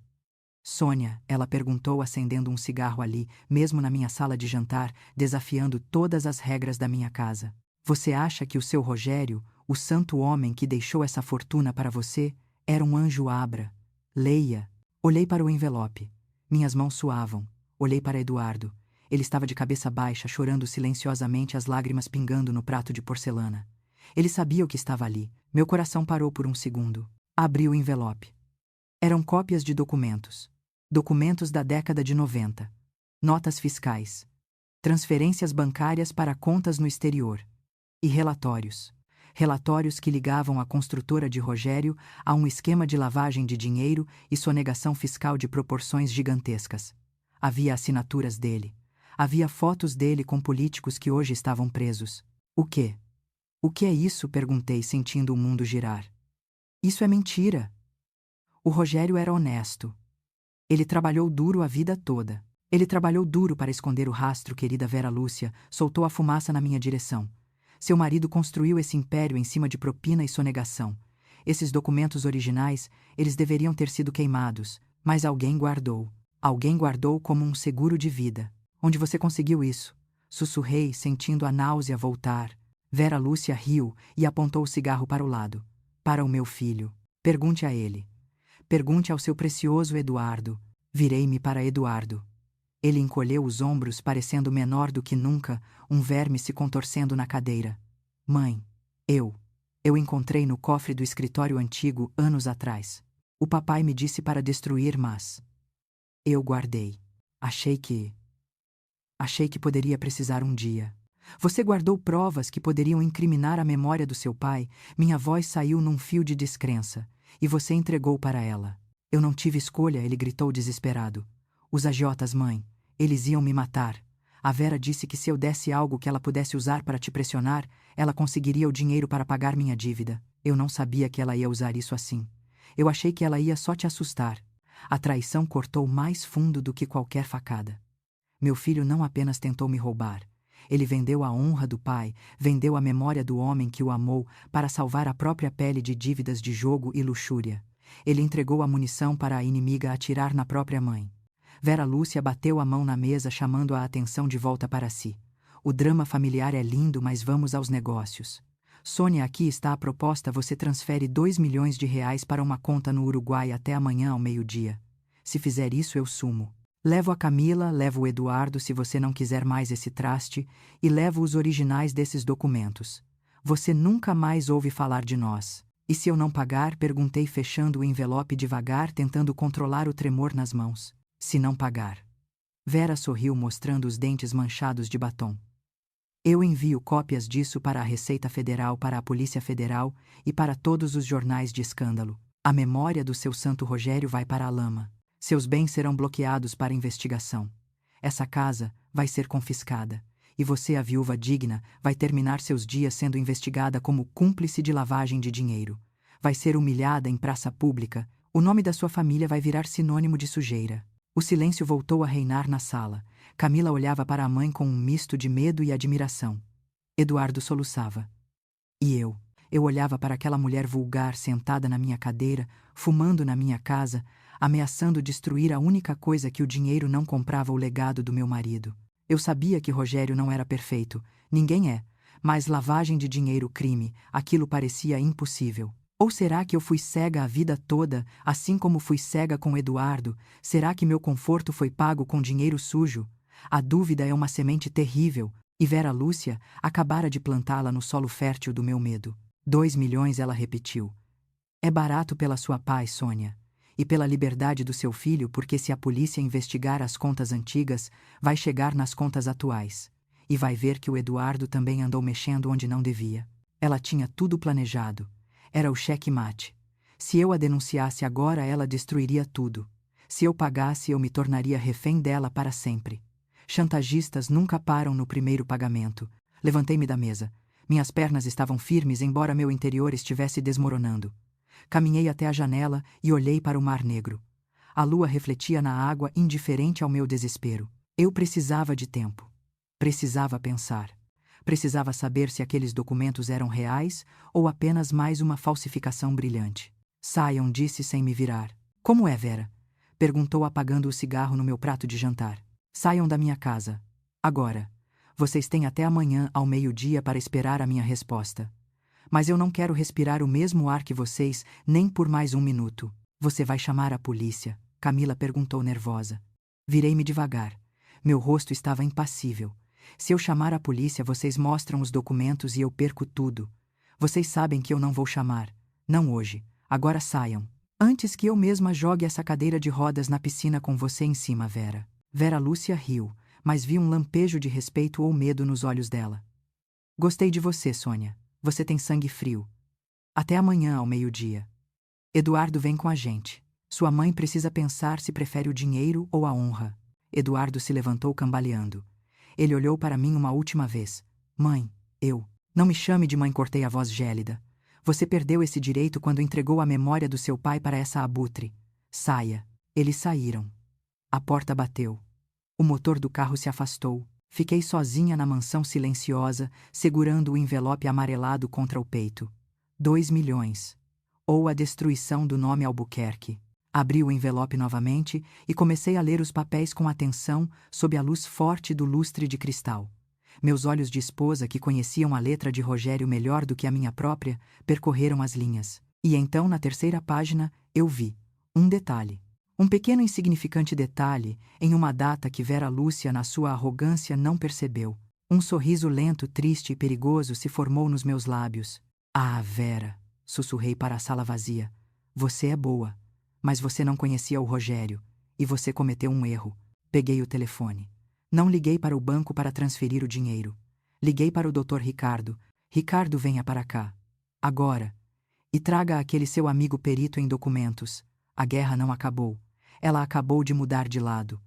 O Dr. Ricardo chegou à mansão em menos de 20 minutos, trazendo consigo uma maleta de couro e um homem baixo de óculos grossos que se apresentou apenas como Perito Gomes. A tensão na sala de jantar era palpável, quase sólida, misturando-se ao cheiro residual do cigarro barato de Vera Lúcia, que ainda impregnava o ar-condicionado. Coloquei o envelope amarelado sobre a mesa de vidro, tratando-o como se fosse material radioativo. Eu sabia o que tinha visto, mas precisava que a ciência confirmasse o que o meu coração de esposa gritava: Rogério não era um bandido. Gomes ajustou uma lente de aumento sobre o papel, acendeu uma luz ultravioleta portátil e começou a analisar as fibras, a tinta e as assinaturas. Ricardo e eu observávamos em silêncio o som do mar lá fora, parecendo um rugido distante de aprovação. Cada segundo parecia uma hora. Eu pensava em Eduardo, no meu filho, acreditando que o pai era um monstro carregando essa mentira como justificativa para os seus próprios crimes. Eles não apenas tentaram roubar meu dinheiro, eles tentaram roubar a minha história. Finalmente Gomes desligou a luz e tirou os óculos. Ele olhou para Ricardo e depois para mim com um meio sorriso nos lábios finos. Dona Sônia, a senhora tem olhos de águia. É uma falsificação. E nem é das melhores. Senti meus joelhos cederem e Ricardo me amparou, ajudando-me a sentar. Como? Explique, Gomes. É um anacronismo, doutor, o perito apontou para o cabeçalho do documento. Este documento está datado de 1994. Mas olhe o logotipo da construtora no papel timbrado. Esse design específico com a fonte mais arredondada, a construtora só começou a usar essa identidade visual em 2002, após a fusão com o Grupo Mineiro. É impossível que um documento de 94 tenha esse logo. Além disso, a assinatura do Sr. Rogério é um decalque. Se olharmos sob o microscópio, vemos os traços de hesitação de quem está copiando, não de quem assina fluidamente. Quem fez isso, pegou papéis velhos da empresa, imprimiu um texto novo numa impressora moderna, dá para ver pelo padrão de jato de tinta que não existia nessa qualidade na época, e forjou a assinatura. As lágrimas que escorreram pelo meu rosto não eram de tristeza. Eram de alívio. Um alívio tão profundo que parecia limpar minha alma. Meu marido era honesto. A herança era limpa. Vera Lúcia, aquela víbora, tinha usado papéis timbrados que Eduardo provavelmente roubou do escritório antigo para criar uma mentira elaborada. Ela sabia que o medo da vergonha pública me faria pagar sem questionar. Ela apostou na minha honra, mas esqueceu da minha memória. Ricardo disse, enxugando o rosto com as costas da mão, sentindo a força voltar aos meus membros. Elas montaram isso. A Camila e a mãe. Elas convenceram o Eduardo de que o pai era sujo para que ele não sentisse culpa de me roubar. Ladrão que rouba ladrão tem 100 anos de perdão, não é? Elas deram a ele a desculpa moral perfeita. Ricardo assentiu, guardando os documentos como se fossem diamantes. Isso muda tudo, Sônia. Isso não é apenas chantagem. É prova material de fraude processual e falsificação. Podemos prendê-las agora. Não cortei, levantando-me. A raiva fria havia voltado mais afiada do que nunca. Prender é pouco. Eu quero destruir a influência delas sobre o meu filho. Eu quero que ele veja. Eu quero que ele sangre a dor da verdade antes de ser salvo. Peguei o telefone. Eram 7 da manhã. O prazo de Vera Lúcia vencia ao meio-dia. Disquei o número de Eduardo. Ele atendeu no primeiro toque, a voz rouca, provavelmente sem dormir. Mãe, você decidiu pagar. Venha para cá. Eduardo, ordenei sem emoção. Sozinho. Se a Camila ou a Vera colocarem os pés no meu portão antes do meio-dia, eu rasgo o cheque e chamo a polícia. Quero falar com você. Homem para homem. Ou melhor, mãe para filho, se é que isso ainda existe.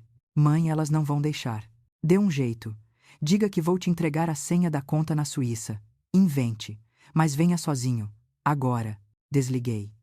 Sabia que a ganância de Camila a faria liberar a coleira. Se ela achasse que Eduardo voltaria com o acesso ao dinheiro, ela o empurraria para fora do carro. 1 hora depois, o carro de Eduardo cruzou o portão. Ele desceu caminhando como um condenado à forca.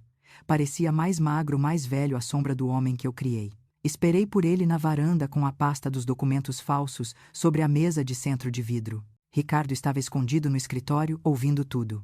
Eduardo subiu os degraus e parou sem coragem de me olhar. Cadê o dinheiro, mãe? A Vera está louca. Ela disse que se não receber até meio-dia, vai mandar o e-mail para a imprensa. Sente-se, apontei para a cadeira. Ele sentou. Olhe para mim, Eduardo. Ele levantou os olhos. Estavam vermelhos, inchados. Havia medo ali, mas também havia uma resignação patética. Seu pai não era um criminoso. Soltei a frase como uma bomba. Eduardo franziu a testa confuso. Mãe, eu vi os documentos. As transferências. Ele sonegava. A Vera me explicou tudo. A Vera te explicou. Soltei uma risada de escárnio. Desde quando uma estelionatária entende de contabilidade de grandes empresas? Eduardo. Você é diretor financeiro.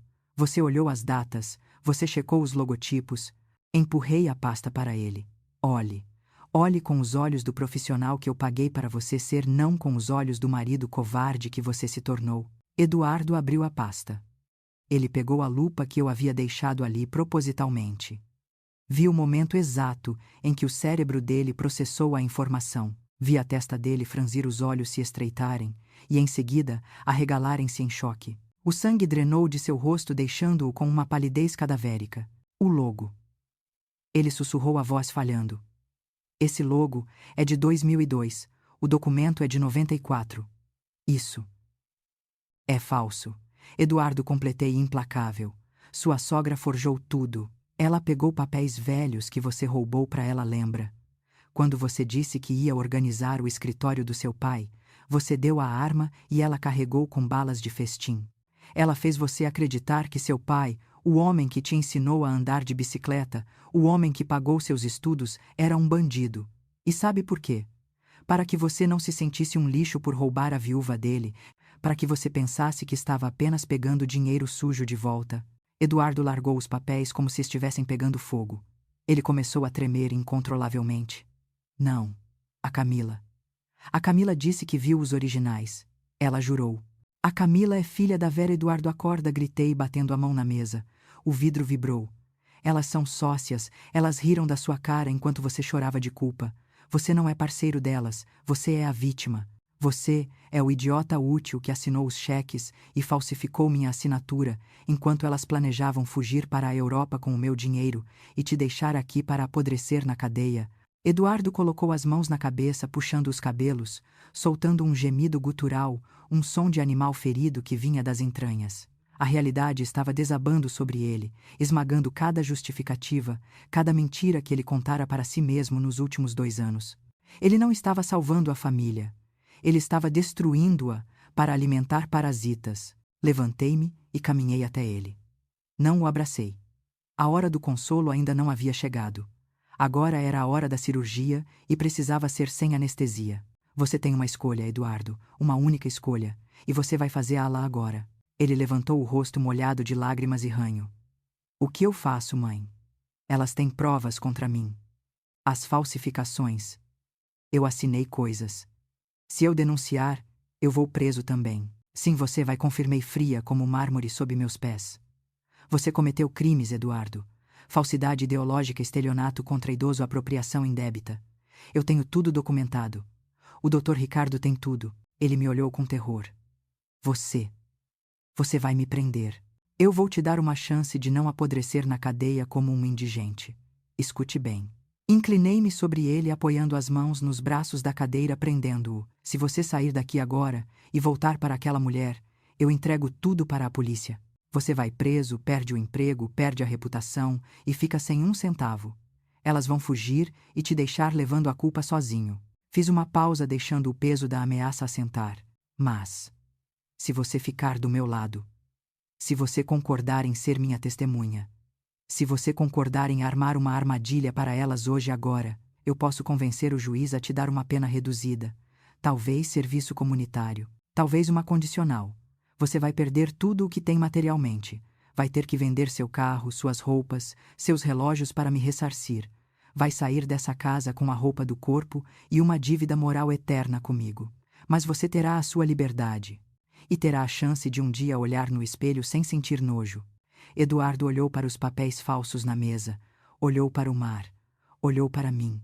Vi a batalha nos olhos dele, o medo da prisão contra o medo da mãe, o amor doentio pela esposa contra o amor esquecido pelos pais. A Camila. Ele soluçou. Ela está grávida, mãe. Ela me disse ontem. Ri. Uma risada triste. Tirei o último papel do meu bolso, o relatório do detetive. Ela fez laqueadura há 4 anos, Eduardo. Está no prontuário médico que o Guerra conseguiu. Ela não está grávida. Ela só precisava de mais uma âncora para te prender antes do golpe final. Foi o golpe de misericórdia. O último fio de ilusão se partiu. Eduardo desabou sobre a mesa, chorando convulsivamente, batendo o punho contra o vidro até os nós dos dedos ficarem brancos. Ele uivava de dor, a dor de um homem que descobre que sua vida inteira foi uma farsa. Esperei ele se acalmar. Quando o choro virou apenas soluços secos, coloquei a mão no ombro dele. Levante-se, Eduardo. Limpe esse rosto. Você tem um papel para interpretar. Elas querem o dinheiro ao meio-dia. Nós vamos dar o dinheiro a elas. Mas vamos dar do nosso jeito. Ele levantou a cabeça. O olhar dele havia mudado. A dúvida havia sumido. No lugar havia ódio. O ódio de quem foi feito de bobo. O que eu tenho que fazer? Ele perguntou a voz rouca, mas firme. Você vai ligar para a Camila agora. Vai dizer que eu quebrei. Que eu estou chorando desesperada e que concordei em pagar. Diga para elas virem buscar o cheque aqui. Diga que vamos fazer um almoço de reconciliação e assinatura de papéis. E depois ele perguntou. Depois. Olhei para o Dr. Ricardo que saiu do escritório com o celular na mão, acenando que a polícia já estava a postos. Depois, nós vamos servir a sobremesa. Eduardo pegou o telefone. Suas mãos ainda tremiam, mas ele discou. Alô, amor, ele disse, e a frieza na voz dele me deu orgulho pela primeira vez em anos. Pode vir. A velha cedeu. Nós ganhamos. O meio-dia chegou com o sol a pino, iluminando a mansão como um holofote sobre um palco. Eu havia preparado a cena com a precisão de uma diretora de cinema. A mesa de almoço estava posta na varanda de frente para o mar, com toalhas de linho branco, cristais brilhando, e um banquete digno de reis lagosta, camarões gigantes, champanhe francês. Tudo pago com o dinheiro da tia Odete, o dinheiro que elas cobiçavam, mas que jamais teriam. Eduardo estava ao meu lado pálido, mas composto. Ele havia trocado de roupa vestindo uma camisa social branca e segurava uma taça de água com tanta força que os nós dos dedos estavam brancos. Eu havia instruído ele. Não fale muito. Deixe que elas falem. A ganância solta a língua. O carro de Camila estacionou na entrada pontualmente às 12h05. Elas desceram como celebridades. Vera Lúcia não estava mais na cadeira de rodas. Ela caminhava com uma bengala de prata usando um caftã de seda estampado e óculos de sol enormes. Camila usava um vestido vermelho sangue justo decotado, como se estivesse indo para uma festa de gala, não para um almoço de extorsão. Elas entraram rindo, conversando alto, sem nem pedir licença. A arrogância delas era tanta que nem perceberam o silêncio estranho da casa, nem a ausência dos empregados que eu havia dispensado, ou assim elas pensavam. Sônia, querida Vera Lúcia, exclamou abrindo os braços como se fôssemos velhas amigas. Que bom que você recobrou o juízo. Eu sabia que no fundo você era uma mulher sensata. Ninguém quer ver o nome da família na lama, não é mesmo? Eu sorri um sorriso gélido. Ninguém, Vera. Sente-se. O almoço está servido. Camila correu para abraçar Eduardo, beijando-o na boca com uma paixão teatral. Amor, eu sabia que você ia conseguir convencer ela. Você é incrível. Agora a gente vai poder viver em paz, sem dívidas, sem preocupações. Eduardo recebeu o beijo como se fosse ácido. Ele se afastou sutilmente, limpando a boca. Em paz. Senta, Camila. Elas se sentaram deslumbradas com a comida. Vera Lúcia serviu-se de uma lagosta inteira, comendo com as mãos, a gordura escorrendo pelos dedos cheios de anéis. Camila encheu a taça de champanhe até a borda. Então Vera disse: de boca cheia, cadê o cheque? Ou você fez a transferência? Eu prefiro transferência. É mais rápido. E eu quero ver o comprovante agora antes da sobremesa. Calma, Vera, eu disse, tomando um gole do meu suco. Primeiro vamos brindar. Aos novos começos. E à verdade. À verdade, Camila brindou rindo. E à conta bancária gorda. Bebemos. Eduardo não tocou na taça dele. O dinheiro está aqui, eu disse, pegando uma pasta preta que estava na cadeira ao meu lado. Mas antes de entregar eu preciso de uma garantia. Quero os documentos originais que incriminam o Rogério. E quero que vocês assinem um termo de confissão de dívida, dizendo que esse dinheiro é um empréstimo, não uma doação. Apenas para fins fiscais. Vera Lúcia gargalhou, jogando a cabeça para trás. Empréstimo. Você é engraçada, Sônia. Mas tudo bem. Se isso te faz sentir melhor, a gente assina. O que importa é o dinheiro na conta. Cadê os papéis para assinar? Tirei 2 documentos da pasta e coloquei na frente delas junto com canetas. Eram confissões de crimes detalhadas, disfarçadas de contratos de empréstimo. Mas elas nem leram. A ganância cega. Elas só viam o valor R$2 milhões. Assinaram. Rápido. Sem hesitar. Pronto, Camila disse, empurrando o papel para mim. Agora o dinheiro. Só mais uma coisinha, eu disse, recolhendo os papéis assinados com calma. Camila, você disse que estava grávida ontem. É verdade. Camila piscou pega de surpresa. Ela olhou para Eduardo, que a encarava fixamente. Claro que é verdade. Estou de 6 semanas. É um menino. O Eduardo vai ser pai de novo. Não é maravilhoso, amor? Maravilhoso. Eduardo repetiu a voz rouca. Só tem um problema, Camila. O que ela perguntou, o sorriso vacilando. Eu sei da laqueadura, ele disse. O mundo parou. O garfo de Vera Lúcia caiu no prato com um tinido agudo. Camila ficou branca como a toalha da mesa. Laqueadura? Que laqueadura? Você está louco. Eduardo, ela tentou negar, mas a voz saiu estridente e histérica. A laqueadura que você fez há 4 anos, eu completei tirando o relatório médico da pasta e jogando na frente dela, no Hospital Santa Catarina. Doutor Almeida, está aqui o prontuário. Você não está grávida, Camila. Você nunca mais vai engravidar. Você mentiu para prender meu filho. Assim como mentiu sobre ser rica. Assim como mentiu sobre amar ele. Camila olhou para o papel, depois para mim, depois para Eduardo. O rosto dela se contorceu em ódio puro. A máscara caiu. Não havia mais a nora doce. Havia apenas a vigarista encurralada. Sua velha desgraçada, ela gritou, levantando-se. Você investigou minha vida. Quem você pensa que é? Eu vou te processar. Eu vou acabar com você. Cala a boca, Camila. Vera Lúcia berrou, tentando assumir o controle. Isso não importa. O Eduardo sabia. Ele concordou. Ele assinou os cheques. Se a gente cair, ele cai junto. Sônia, você não vai querer ver seu filhinho na cadeia. Vai, passa o dinheiro agora, ou eu mando os documentos do Rogério para a polícia neste segundo. Ela pegou o celular e começou a digitar furiosamente. Pode mandar, Vera, eu disse, encostando-me na cadeira, cruzando os braços. Mande para o Papa se quiser, porque os documentos são falsos.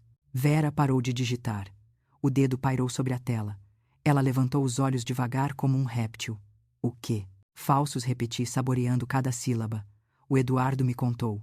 Você forjou tudo. Usou papel velho e uma impressora a jato de tinta. O perito já confirmou. Meu marido era honesto. E você? Você é uma fraude. Uma estelionatária de 5ª categoria que achou que podia enganar uma viúva carente. Vera Lúcia olhou para Eduardo. O olhar dela era assassino.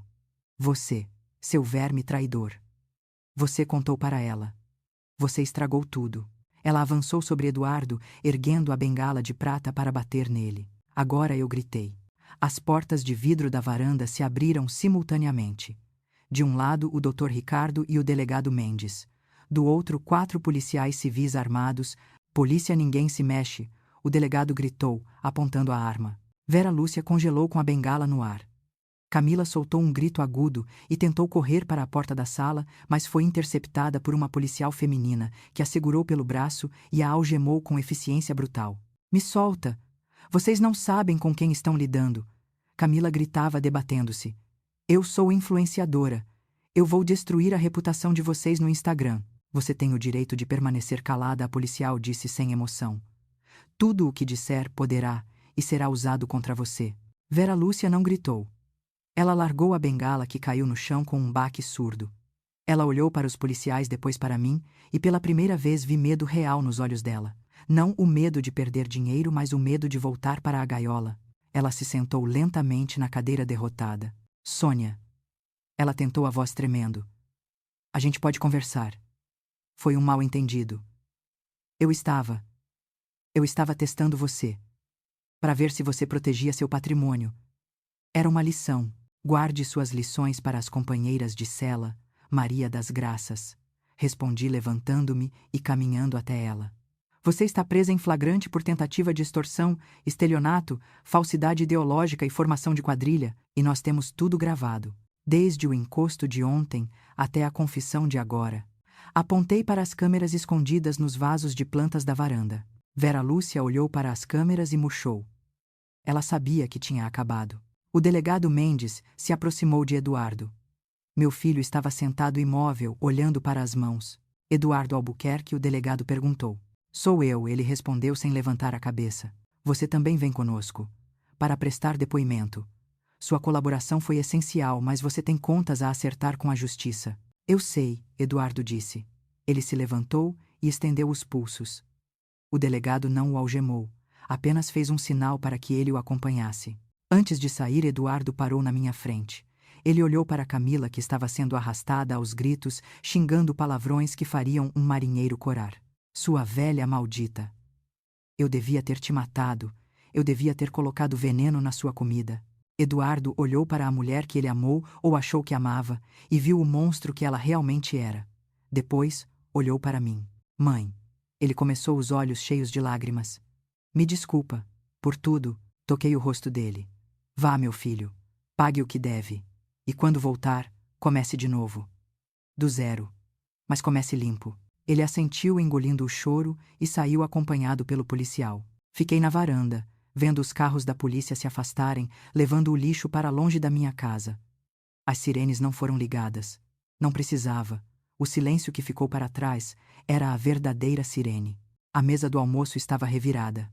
A lagosta intocada, o champanhe quente.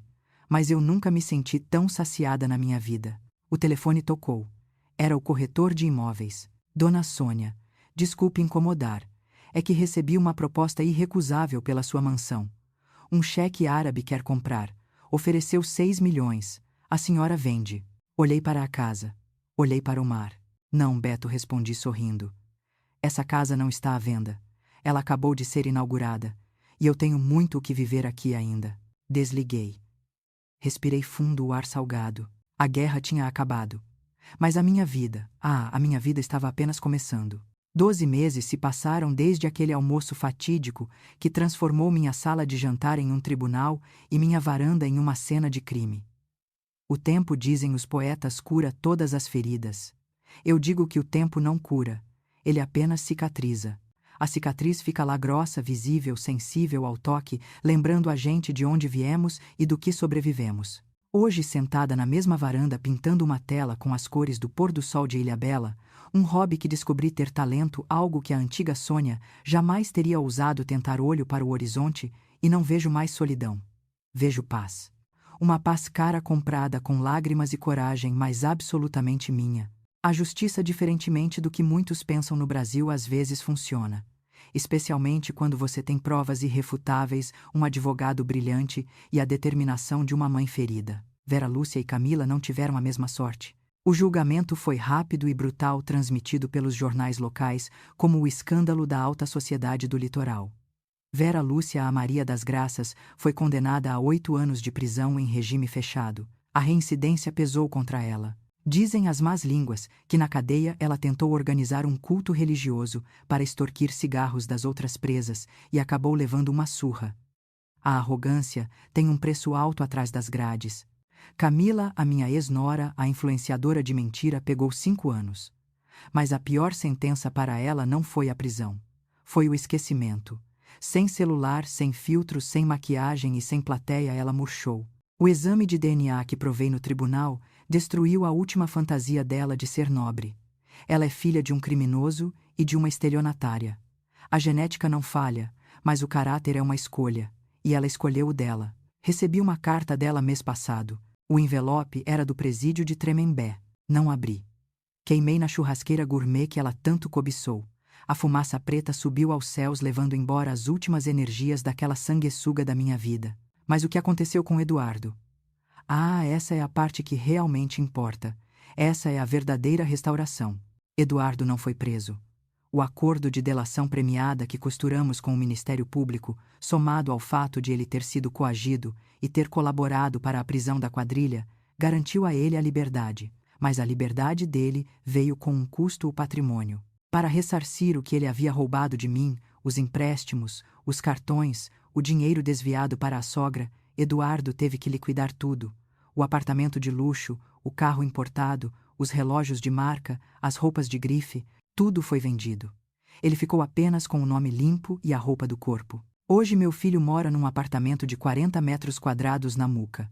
Um quarto e sala sem vista para o mar, sem porteiro, 24 horas. Ele não é mais diretor financeiro. Ninguém contrata um diretor com aquele histórico. Ele trabalha como contador júnior em uma pequena empresa de logística, ganhando 1/10 do que ganhava antes. Ele pega ônibus e metrô. Ele cozinha a própria comida e lava a própria roupa. E pela primeira vez em 40 anos eu sinto orgulho dele. Fui visitá-lo semana passada. Subi os 3 lances de escada do prédio antigo, sentindo o cheiro de refogado que vinha dos vizinhos. Quando ele abriu a porta, não vi o executivo arrogante que tentou me interditar. Vi um homem cansado, com olheiras reais de trabalho honesto, vestindo uma camisa simples, mas passada com cuidado. O apartamento era pequeno, mas estava limpo. Não havia luxo, mas havia dignidade. Mãe, ele disse sorrindo timidamente. Entra, o café acabou de passar. Sentamos na mesinha bamba da cozinha dele. Ele me serviu café numa xícara lascada. Não era o serviço de porcelana que ele cresceu usando, mas aquele café tinha um gosto melhor. Tinha gosto de verdade. Eu trouxe algo para você, disse colocando um envelope sobre a mesa. Dentro havia um cheque. Um valor pequeno apenas para ajudá-lo a comprar um carro popular usado para facilitar a ida ao trabalho. Eduardo olhou para o envelope. Ele sabia o que era. E para minha surpresa ele empurrou de volta. Não, mãe. É um presente, Eduardo. Não é esmola. Você está se esforçando. Eu sei. E agradeço. Mas se eu pegar esse dinheiro, eu vou me sentir aquele homem de novo. Aquele homem que achava que o dinheiro da mãe era a solução para tudo. Ele olhou nos meus olhos e viu uma firmeza que o Rogério, meu marido, tinha. Eu preciso conseguir isso sozinho. Cada centavo que eu ganho agora é meu. Ninguém pode dizer que eu roubei, que eu ganhei, que eu herdei. É meu suor. E isso me faz dormir à noite, mãe. Pela primeira vez em anos eu durmo sem remédios. Segurei a mão dele. As mãos dele estavam ásperas. Mãos de quem trabalha. Mãos de quem finalmente segura as rédeas da própria vida. Você cresceu, meu filho, sussurrei com a garganta fechada. Demorou 40 anos, mas você finalmente virou um homem. Ele sorriu e vi lágrimas nos olhos dele. Custou caro, mãe. Custou a sua confiança. Custou a memória do meu pai que eu quase manchei. Mas eu prometo, vou passar o resto da vida tentando pagar essa dívida moral. A dívida está paga, respondi. No momento em que você recusou esse cheque, ela foi quitada. Saí de lá com o coração leve. Ele não ia voltar para a mansão. Ele não queria. E eu também não queria que ele voltasse para viver às minhas custas. Nós tínhamos encontrado um novo equilíbrio. Eu era a mãe, ele era o filho, e o dinheiro não era mais a ponte podre que nos ligava. De volta à Ilhabela, terminei minha pintura. O sol já tinha se posto, deixando o céu com tons de roxo e dourado. Guardei os pincéis e fui até o escritório. Abri o cofre, o verdadeiro agora instalado, e tirei a foto da tia Odete. Você conseguiu, sua velha teimosa, falei para a foto. O dinheiro comprou a verdade, e a verdade me devolveu meu filho. Decidi que não vou deixar os 12 milhões para Eduardo. Não tudo. Criei uma fundação com o nome de Odete para ajudar idosos vítimas de violência patrimonial. Eduardo será o contador da fundação, trabalhando pro bono. Ele concordou. Disse que seria a penitência dele. O resto do dinheiro. Bem, eu vou gastar. Vou viajar para a Itália mês que vem. Vou tomar os melhores vinhos. Vou comprar sapatos caros se eu quiser, porque o dinheiro é meu e eu estou viva. A campainha tocou. Era o entregador de flores. Eduardo me mandou um vaso de violetas. Simples, pequeno. No cartão apenas uma frase. Para a mulher mais forte que eu conheço. Feliz dia de ser você. Te amo, mãe. Coloquei as violetas na mesa de centro ao lado do vaso de cristal que custa uma fortuna. As violetas pareciam mais valiosas. Olhei para a minha casa vazia, mas cheia de mim. Cheia da minha essência, das minhas escolhas, da minha vitória. Eu não era mais a viúva invisível. Eu não era mais a velha senil. Eu era Sônia, dona do meu nariz, do meu dinheiro e do meu destino. Eles tentaram me enterrar, mas esqueceram que eu era semente. E que sementes, quando enterradas na lama e na escuridão, encontram força para romper a terra e buscar a luz. Eu rompi. Eu cresci, e agora estou florescendo. Se esta história te fez refletir, compartilhe nos comentários o que ela despertou em você. Você já teve que impor limites duros para ser respeitada, já sentiu que precisava morrer para os outros, para renascer para si mesma. Aqui cada silêncio merece ser ouvido. E a sua história, assim como a minha, importa. Não deixe que ninguém, nem filho, nem marido, nem sociedade, diga qual é o seu valor ou quando a sua vida acaba. A vida só acaba quando a gente desiste. E eu estou apenas começando. Inscreva-se no canal Entre Linhas, porque aqui nós lemos o que ninguém diz e sentimos o que todos tentam esconder. Até a próxima história.